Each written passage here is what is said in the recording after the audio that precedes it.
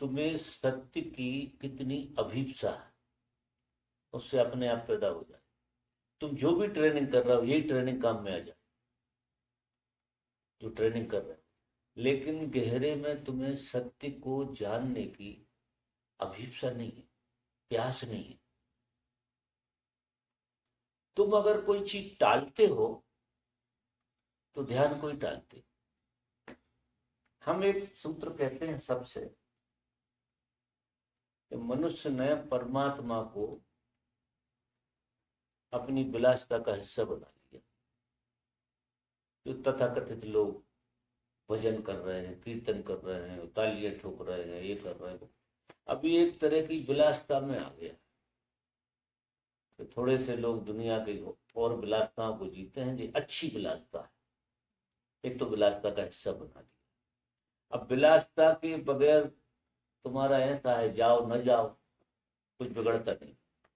कि आज नहीं गए भजन कीर्तन में तो नहीं गए, क्योंकि है तो विलासिता ही का खेल। आज नहीं चाहिए उस विलासिता, वो आपका जीवन का खेल नहीं है, वो विलासिता का खेल। धर्म को हमने विलासिता बनाया कि अगर वो हो जाए तो ठीक है, नहीं हो तो कोई बात नहीं। यानी मेरा कहने का मतलब है कि धर्म हमारी अनावश्यक आवश्यकता, आवश्यक नहीं, क्योंकि उसके बगैर चल तो रहा, चल जाती है आपकी, वो अनावश्यक आवश्यकता। जिस दिन धर्म तुम्हारी आवश्यक आवश्यकता हो जाए उस दिन तुम्हारी हर तरकीब काम में आ जाए। तो पहले तो सोच बदले, पहले हमारी प्यास बदले कि सचमुच हम धर्म चाहते हैं, सचमुच हमें सत्य को जीना है, हमें तो गोल को जीना बहुत गहरे। तो धर्म को भी तुम गोल बना लेते।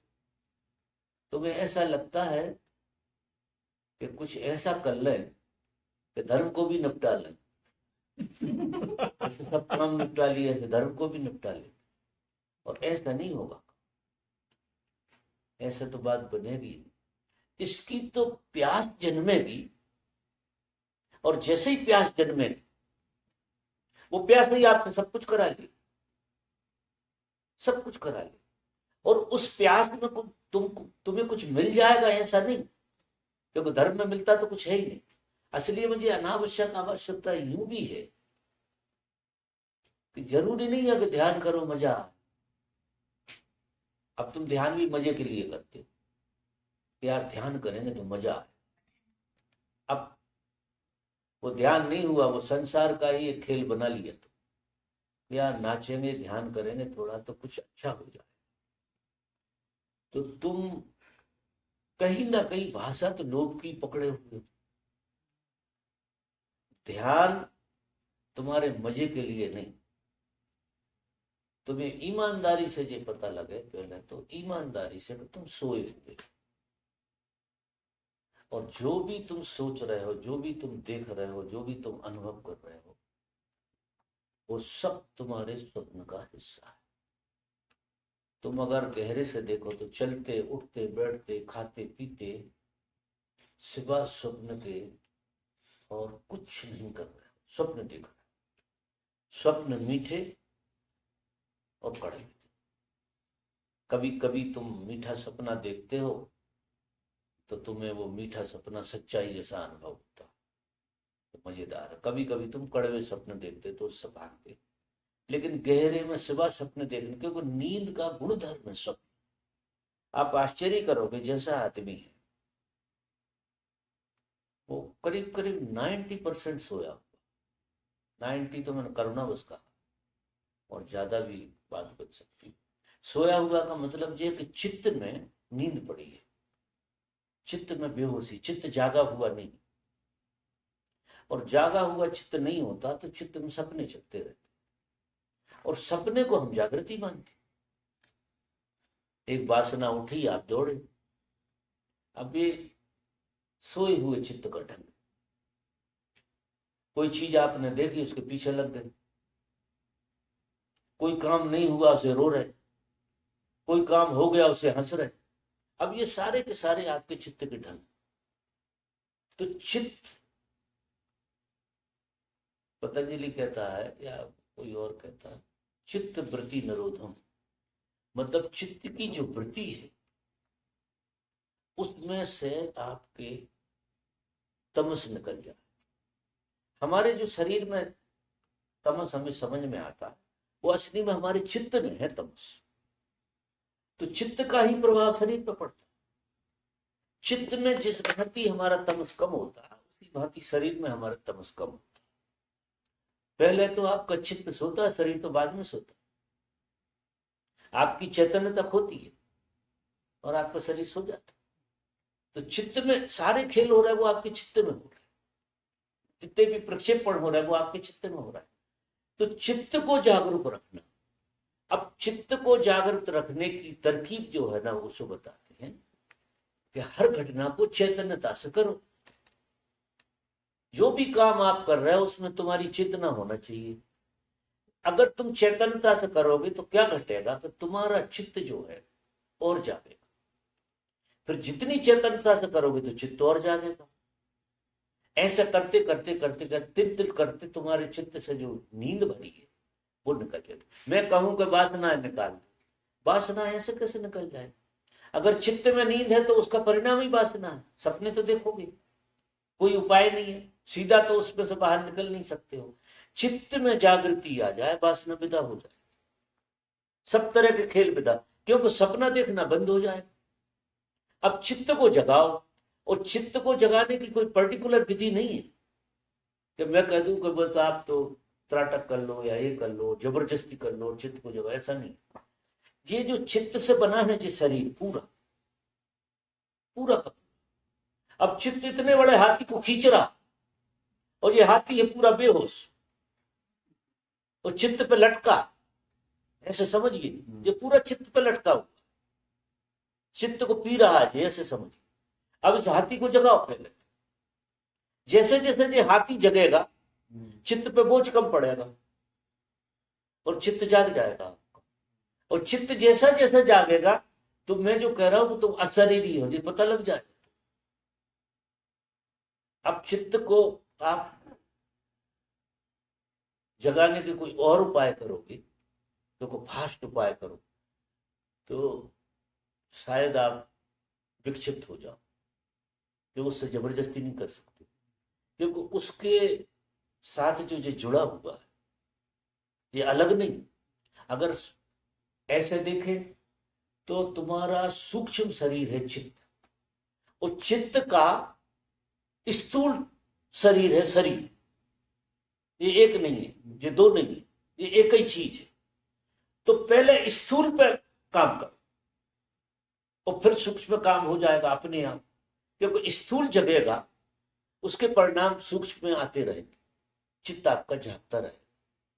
तो आपके उठने में, बैठने में, खाने में, पीने में, चलने में, बोलने में, जैसे मैं बहुत बार प्रयोग बताता हूं कि तुम जब बोलो तो सुनो, लेकिन कोई करता कोई नहीं करता। घंटों गप्पे मारते रहने बड़ा मजा आता। और जैसे ही मैं कहूं जरा जाग के बोलो तो ज्यादा देर बोल थोड़ी सकते हो, तुरंत आपका बोलना बंद हो जाए और इतनी अड़चन लगे। कारण क्या होता है कि जिन जिन आदतों में हम जीते हैं वे आदतें हमें कंफर्ट अनुभव कराती है। जैसे मैं कहूं कि जाग के चलो तो तुम्हें इतना अनकंफर्टेबल लगेगा कि यार ये तो बहुत गड़बड़ है, कैसे चले? 4 कदम चलना मुश्किल हो जाए, और वही चाल तुम बेहोशी में घंटों चल सकते, और सपने देख रहे हो तो पता नहीं कितनी चल सकते। जब हम सपने देखते हैं तो हमारा समय खो जाता है, मजा देख समय कम हो जाता है जब हम सपने देखते।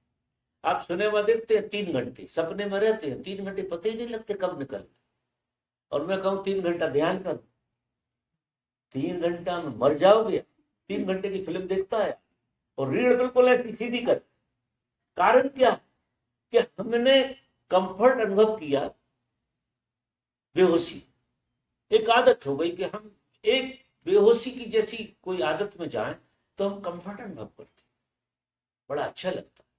उसी में से तो जो शराब ढूंढ लो वो और कंफर्ट देती कि जरा सी भी चेतना है वो भी सो जाती, तो फिर आप बड़े कंफर्ट हो जाते हैं, आपको लगता है कि मजा आ गया। तो आदमी जो है चित्त को जगाना ही नहीं चाहता, और चित्त को जगाने में आते टूटे नहीं।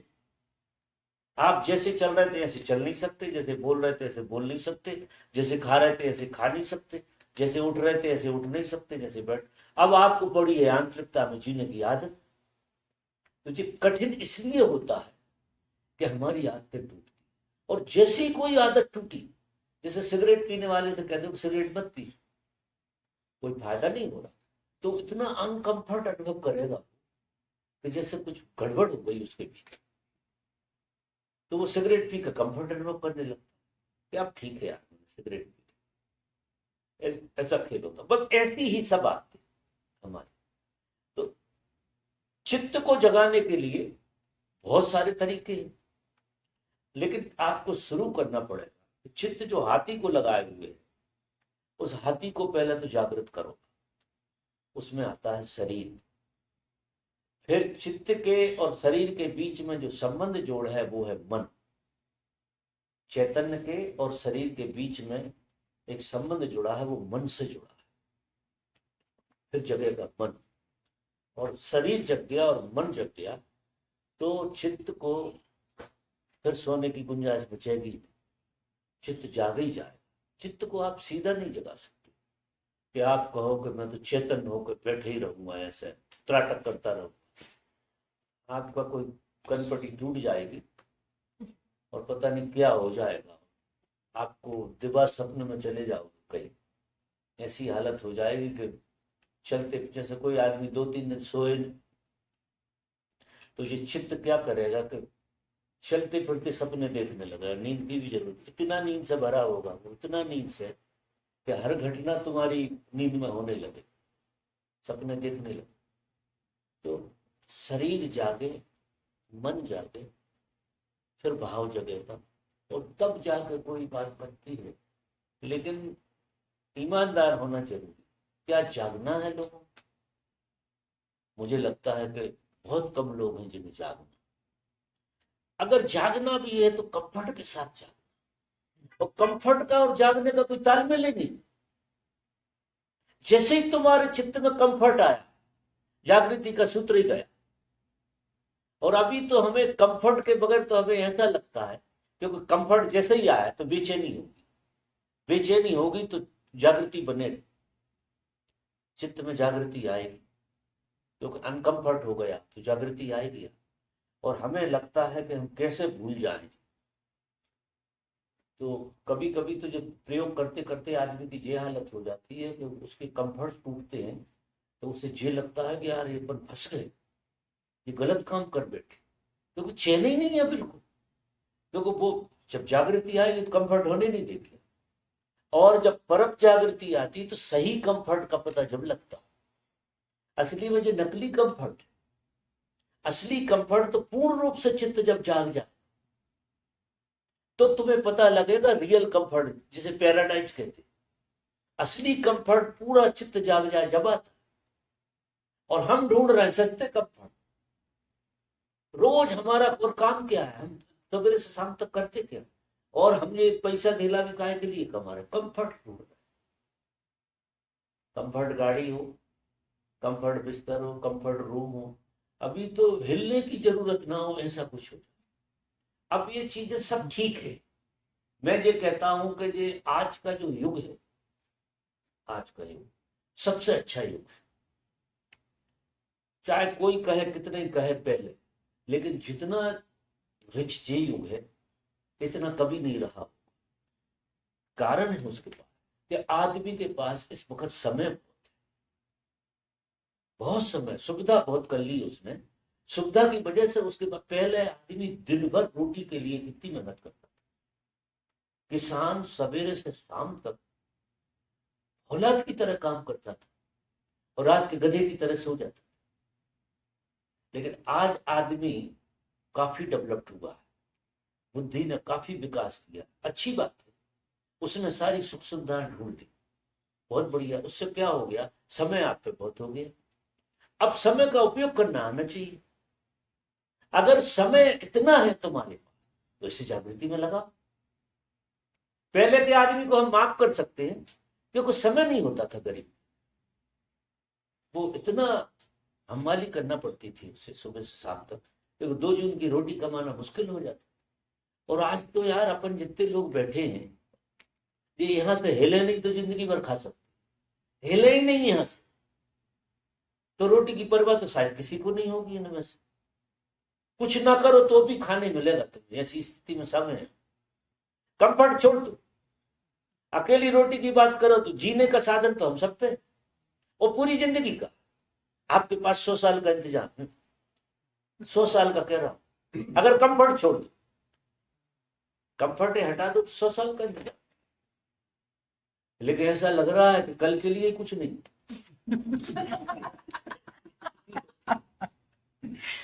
भागना दौड़ना पड़े।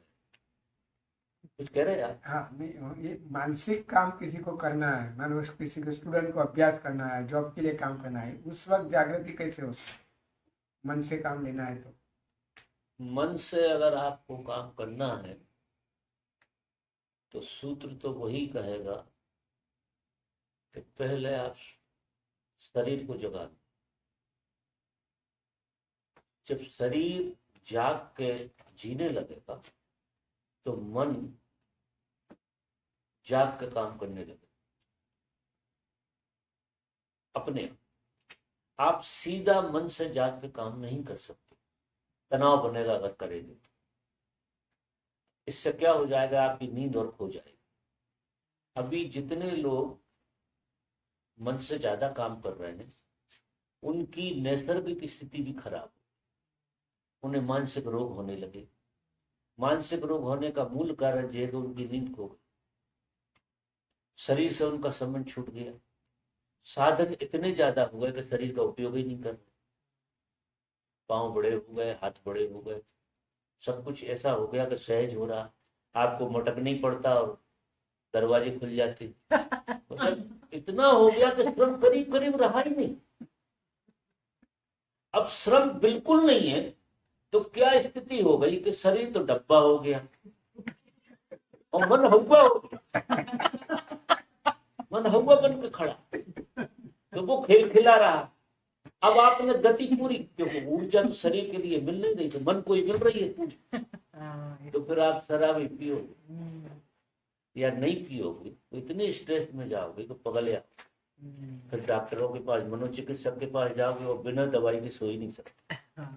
आज कितने लोग बिना दवाई के नहीं सो सकते। दुर्भाग्य, जो नींद नैसर्गिक अवस्था थी वो दवाई से सोना पड़ा। गरीबी तो देखो, अब लोग कहते हैं हम अमीर हैं और दवाई लेके सो रहे, उनसे ज्यादा गरीब आदमी दुनिया में ढूंढना में वो भिखारी अच्छा, जो दिन भर भीख मांगता था, थक के आराम से सो जाता।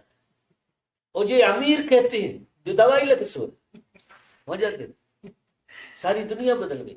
तो शरीर का श्रम कभी नहीं छोड़ना चाहिए। देखो हम आपको बात बताओ, कोई कहे कि हमें नींद नहीं आती, बड़ी बेचैनी होती, परेशान, कोई और कारण नहीं, आपने शरीर का श्रम बिल्कुल बंद कर दिया, मन पे लोड पड़ गया। खा भी रहे हो उतना ही, पी भी रहे हो और ज्यादा ही खा रहे और कर कुछ रहे नहीं, तो अब वो ऊर्जा कहाँ जाए, वो मन में जाए। और मन से तुम कितने ही काम लेते रहो, कहीं पहुंचने वाले नहीं है। वो कुछ ऐसा सुचालित यंत्र है कि वो कहीं रुकता नहीं, कराते रहो, उससे करता रहता है। लेकिन आप इतने थक जाएंगे, इतने थक जाएंगे, इतने थक जाएंगे कि शरीर में आना मुश्किल हो जाएगा। अब बिस्तर पे लेटोगे तो बिस्तर पे कहाँ हो आप, तो कोई दूसरे प्लेनेट पर लगे होंगे, तो नींद आपको आने वाली है नहीं। तो हमने जो संतुलन बिगाड़ा, इसलिए योगा प्राणायाम की जरूरत रहती है। आज के युग में जितनी योगा की जरूरत है शायद कभी नहीं थी। उसका कारण है कि आदमी पे एक तो समय बहुत है और श्रम कम है। समय बहुत है तो मन का बहुत उपयोग कर रहा है और श्रम बिल्कुल नहीं। तो हमें सम्यक श्रम करना ही चाहिए। दोबारा से नींद आने लगेगी, क्योंकि नींद आती है शरीर को। शरीर थक के विश्राम करना चाहता, अब आपका शरीर थका रहा, एयर कंडीशन में बैठे, पसीना निकल नहीं रहा। अभी तो कार ऐसी आ गई, मैं एक कार में बैठा था, वो रवि के यहाँ, वहां शिविर में गए थे ना दाना में, वो रवि लाया था कार। तो कार ऐसी ऐसे बैठे रहो, कुछ नहीं करना आपको, वो दौड़ रही है, गजब की दौड़ रही है। और वो इतनी परफेक्ट दौड़ती है, उसने करके दिखाया मुझे कि जी दोनों लाइनों के बीच में हम हाथ से नहीं कर सकते जितनी जी जा रही है, वो सेंसर लगे हुए, बीच लाइन में से जाती है बिल्कुल दोनों पट्टी, और सिग्नल पे खड़ी हो जाएगी, कहीं मटक जाएगी, चटक जाएगी और बिजली चल रही, वो ऐसा खेल है उसका। तो अब इतना कंफर्ट आज भी कहा गया, शरीर कर रहा नहीं काम, और भोजन वही का वो चल रहा, उसमें कमी बिल्कुल नहीं। खेल आप ड्राई फ्रूट सूत रहे हैं अपन, क्या क्या खा रहे हैं, इतनी एनर्जी खा रहे हैं जिसका कोई हिसाब नहीं, खाना पड़ेगा। और तो शरीर क्या हो रहा, कुछ तो भी हो रहा, और मन और शरीर का तालमेल बिल्कुल टूटा हुआ, इसलिए हम परेशान हैं। तो रोज योगा करो, पहले तो स्वस्थ होने का रोज आपको 2 घंटे कम से कम शरीर को देना चाहिए। जॉगिंग करो 2 घंटे, अगर आपने शरीर को श्रम नहीं किया और मन से ही अकेले लगे रहे तो आपको दारू जरूर पीना पड़े, तो एक और चक्कर में फंसोगे तो, और फिर धीरे धीरे दारू भी काम नहीं करेगी। वो आदत ऐसी होती है मन की कि दारू पी के भी कई लोग मेरे से कहते हम 2 बोतल पी जाते फिर भी ऐसे ही बैठे थे। अब वो डेवलपमेंट हो गया पूरा, इतना डेवलपमेंट हो गया कि 2 बोतल भी कुछ नहीं कर रही है, ऐसे बैठे हैं हमारा, ये हम साक्षी है, साक्षी नहीं हुए, जड़ हो गए, कहते हैं साक्षी हो गए, वो जड़ गए। और जड़ता की कोई सीमा नहीं है, इतनी हो सकती है जड़, आखिरी जड़ तो हम मर ही जाएं, ऐसी स्थिति हो।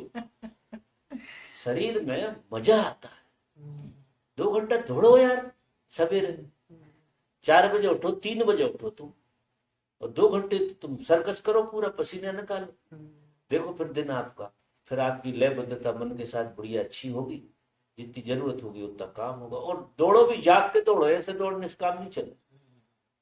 अब जाग के तो कोई चलना नहीं चाहे, दौड़ेगा कैसे? उससे कहो कि ये कमरे में दिखा दो महाराज, यहाँ से वहां तक जाग के, तो मेरे ख्याल से हर दूसरे कदम पे बेहोशी आएगी, सपना आएगा, वहां गेट तक जा नहीं सकते पूरे।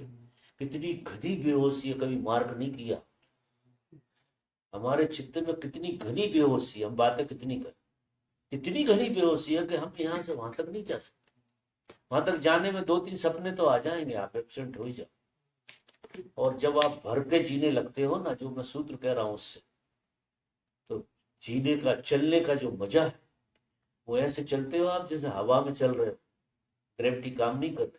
देखो वो जो मैंने सूत्र कहा ना, वो अगति तुम्हारा पीछा करती रहती, तुम चल रहे हो और ठहरने वाले को भी जान रहे हो, क्या बात है। तुम्हारे चलने में प्रसाद उतरता रहे, तुम चल के आओगे तो मजा आ जाएगा। तुम चल भी रहे हो और ठहरे हुए भी, इन दोनों चीजों को एक साथ जान रहे, तुम्हें जीवन का सूत्र पता लग गया, उसमें जीवन प्रकट हो गया, तुमने जीवन को छू लिया हो जैसे, ऐसा हो, चलना वरदान हो गया, ऐसी हर चीज वरदान हो जाए। फिर तुम मानसिक रूप से भी काम करो तो मन तुम्हारा इतना बढ़िया काम करेगा कि जो चीजें तुम्हें घंटों समझ में नहीं आती, वो मिनटों में समझ में आएंगी, क्योंकि ये कंप्यूटर का मुकाबला तो है ही नहीं। जो मनुष्य की क्षमता मस्तिष्क की परमात्मा ने दी है, उसकी जो कैपेसिटी है, उसका सही ढंग से उपयोग करना नहीं आता। हम उसके साथ जूझते, लड़ते। अगर हम उसको पूरा विश्राम देकर उपयोग करें तो आपके मन में इतनी क्षमता है, इतनी क्षमता है कि आप बड़ा से बड़ा काम करेंगे और आपको छुएगा भी नहीं, जैसे आप कुछ करके ही नहीं आए। जैसे मैंने कहा, चल के भी आप आ जाओगे और लौट के आपको ऐसा लगेगा जैसे कहीं गए नहीं। पूरी प्लानिंग कर लोगे, सब कुछ कर लोगे, आपको ये लगेगा जैसे कुछ, क्योंकि दूसरा जो अमन वाला हिस्सा, वो आपको साथ पता लगना चाहिए। लेकिन अमन वाला कहां से लगेगा? अभी तो शरीर पे ही अटके बैठे। तो शुरू करना पड़ता। भगवान ने जो दरवाजा खोला है, देखो हम सब बेईमानी करते।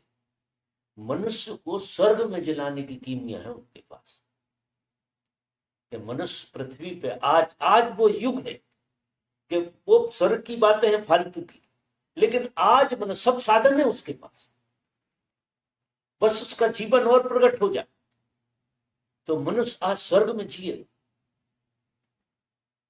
और स्वर्ग पैदा करेगा चारों तरफ, ये उसकी संभावना है। लेकिन वो ऐसा नहीं हो रहा क्योंकि उनकी देशना को हम ठीक से समझ नहीं पा, कहां कहां उलझा लेते हैं।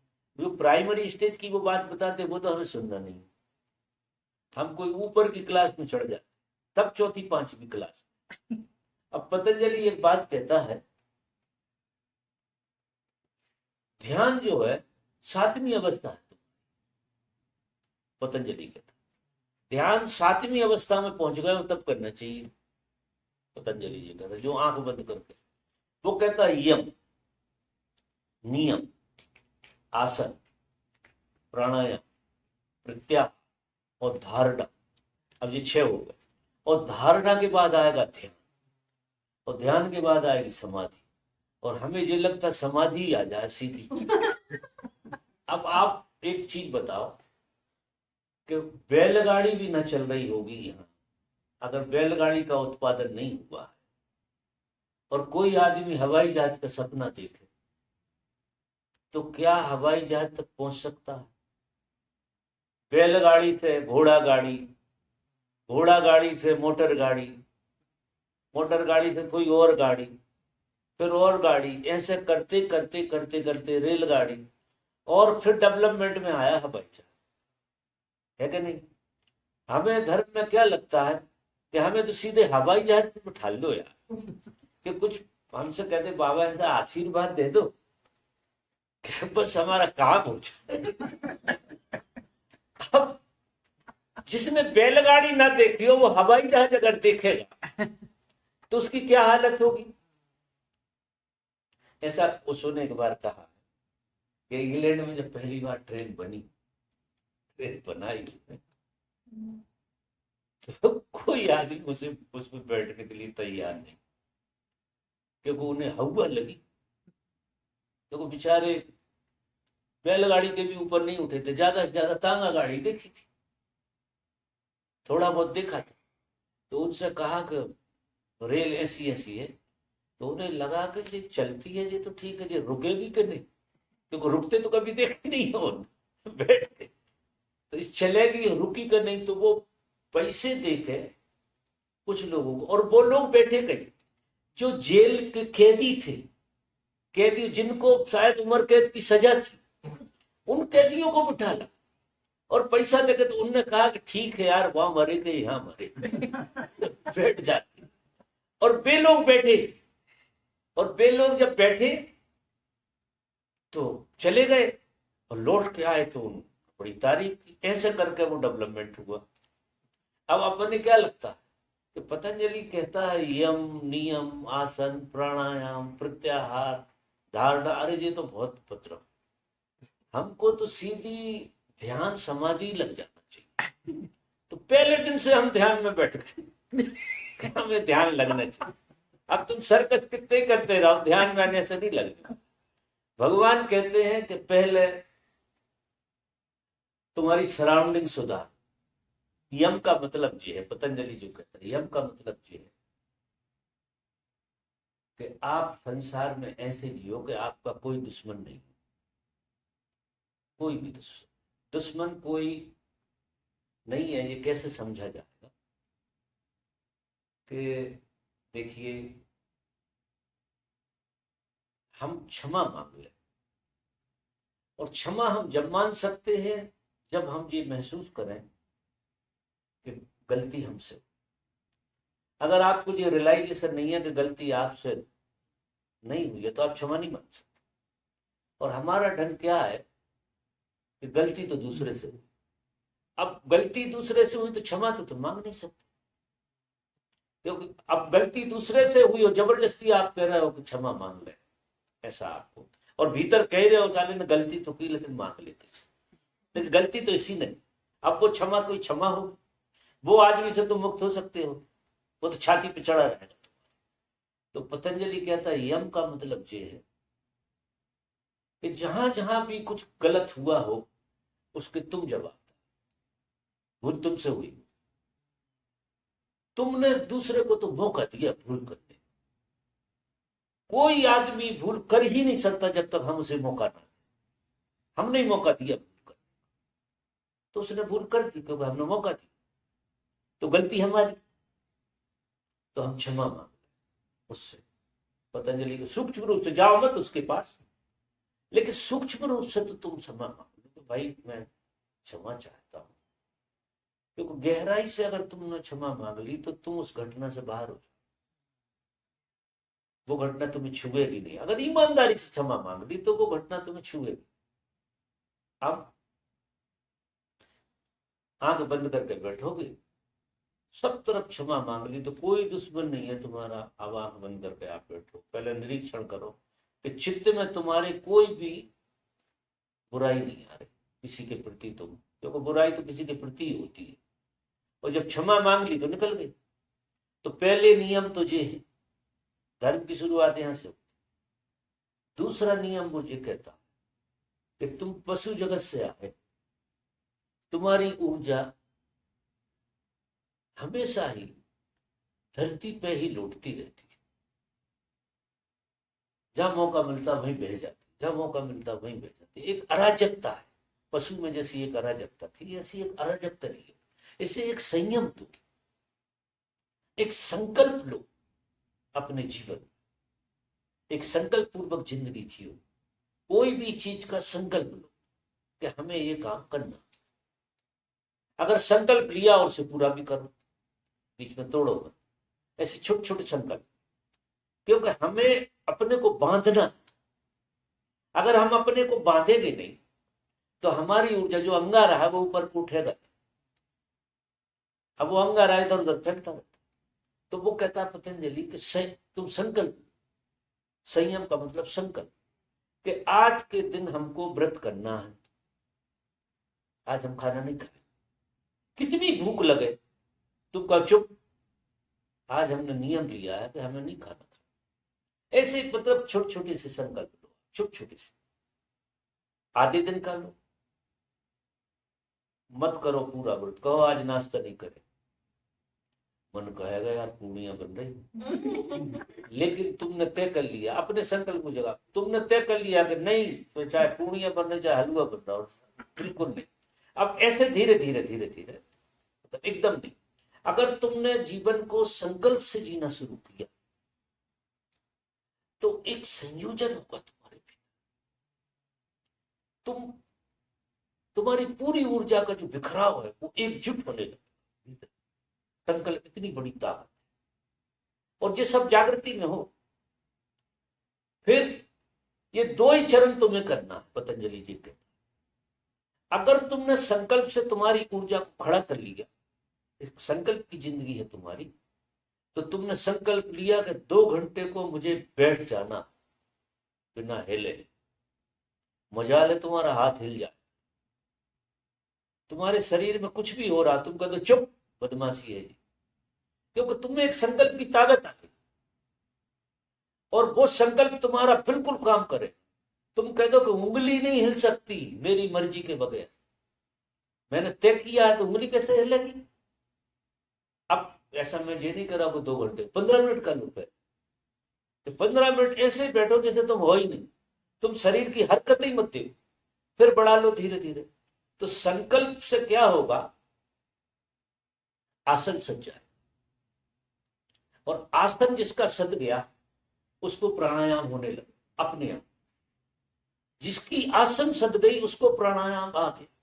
पतंजलि कहता आसन सद गई जिसकी, उसने बहुत कुछ पा लिया, क्योंकि करना तुम्हारा आसन तक, और आसन के बाद प्राणायाम अपने आप की प्रक्रिया। प्राणायाम तुम्हें नहीं करना पड़े, आसन तक तुम्हें करना, प्राणायाम अपने आप होगा। बच्चा पैदा होता है प्राणायाम होता है उसका, क्योंकि वो सहज आसन को जी रहा, जो भी उसकी है उसमें कोई हरकत नहीं कर रहा, बिना संकल्प के है लेकिन सहज है। हमें संकल्प से जोड़ना पड़ेगा। तो जैसे ही तुम्हारे अंदर आसन बनी, प्राणायाम हुआ, प्राणायाम होगा तो प्रत्याहार होगा। तुम अपनी फिर गहरी से गहरी बातों को समझ पाओगे जो दबी हुई पड़ी, गहरी से गहरी चीज को तुम फेस कर सकते हो, देख सकते हो, उसके बाहर जा सकते हो, तुम्हारे अचेतन की तुम सफाई कर सकते हो।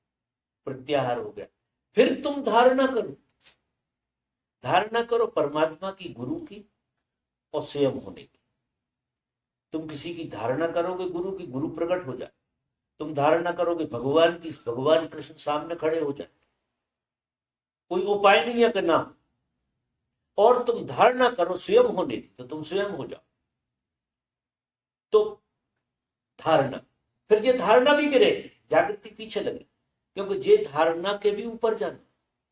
जब समस्त धारणाएं विदा होती, ना भगवान की, ना तुम्हारी, ना गुरु की, ना शिष्य की, वहां लगता है ध्यान। ध्यान इतनी ऊपर जाकर, और ध्यान जैसे ही लगेगा उसके ऊपर है समाधि। लेकिन हम कैसी, हमारा तो यम ही नहीं सदा।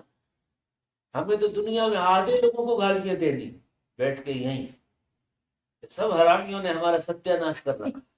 इनके मारे हैं, उनके सताए हैं, इनके सताए। अब ऐसी चित्त की दशा में ध्यान लगे, विकारे तुम्हारे भूत पलित बन के घूमते रहे। तो पतंजलि कहता है कि पहला शर्त, अब ये भी यम जब आएगा, जब तुम जाग के जीने लगोगे, तब तुम्हें पहली बार तो यम का पता लगेगा। धर्म की अभीप्सा जिसके अंदर जगेगी, उसके अंदर सबको माफ करने की प्रार्थना उठे। जीसस को फांसी लग रही है, जीसस कह रहे प्रभु इन्हें माफ। अब हमें पहले तो नहीं फांसी लग रही, अब कोई दुश्मन छाती पे बैठा तो फांसी लग रही है। आंख बंद करो, दुश्मन चढ़ा तुम्हारे ऊपर, फांसी तो लगी। और तुम कह सकोगे कि प्रभु इन्हें माफ कर दी? अब कह तो जब ही सकते हो जब गलती अपनी, तो कह सकते हो। गलती अपनी नहीं आती, गाली देते रहो। अब तुम्हारी पहली सीढ़ी गड़बड़, और आगे की बातें तो बहुत आगे की है। मेरी बात समझ रहे आप? क्या कह रहा हूं? ऐसा खेल। वैसे ओशो ने जिस ढंग की ध्यान की विधियां बनाई, अगर ये विधियां बहुत जोर से की जाए तो तुम आसन पे पहुंच जाओ। तुम्हारा संकल्प और यम दोनों गायब हो जाए। ये दो चरण की जरूरत नहीं पड़े अगर तुमने ढंग से ध्यान कर, क्योंकि ये ध्यान नहीं है, ये सफाई है। अगर डायनेमिक ढंग से हो गया, 4-5 ध्यान आपने 12-13 महीना 10 महीना अगर ढंग से कर लिए, बहुत आपको आसन लग जाएगी, आप स्थिरता आ जाएगी आपके। गजब की स्थिरता, जो गति पे स्थिरता की पे बात करते, उस स्थिरता में जितनी स्थिरता आएगी उतना ऊर्ध्वगमन होगा। अब स्थिरता शरीर में नहीं है, ऊर्ध्वगमन होए कैसे? शरीर में बहुत स्थिरता चाहिए, और स्थिरता इसलिए नहीं है कि दुनिया भर के सांप बिच्छू है उसमें। वे साफ होते हैं गहरे ध्यान प्रयोग करने से। या तो वैसे करो, या फिर वो यम वाली बात से चालू हो। दो तरह से। तो उसने उनको काट दिया। तो उन्होंने कहा तुम उनकी परवाह मत करो, जबरदस्त ध्यान करो। कुंडली ध्यान करो, नादब्रह्म ध्यान करो, सक्रिय ध्यान। 3 ध्यान अगर तुमने 6 महीने कर लिए, तुम्हारी आसन सज जाए। तुम शरीर से कहोगे चुप, मजाल हिल जाए, वो 2-2, 3-3 घंटे बैठ सकते हो। अब इतना ठहराव आएगा तो प्राणायाम तो हो गई। तुम्हें विपස්සना अपने आप आएगा, अपने आप विपස්සना लगेगी, तो मजा आएगा बिल्कुल बैठे। और जब वो हो जाएगी तो प्रत्याहार आ जाए, फिर तुम तुम्हारे भीतर के लोक में जाओगे, अचेतन पूर्व जन्म, और वहां भी जो भी उपद्रव होंगे उनकी सफाई हो जाए, सब साफ हो जाए। जो दबी से दबी चीजें हैं तुम्हारी भी सब साफ। और फिर वो कहते हैं धारणा। तब तुम धारणा कर सकते हो गुरु की।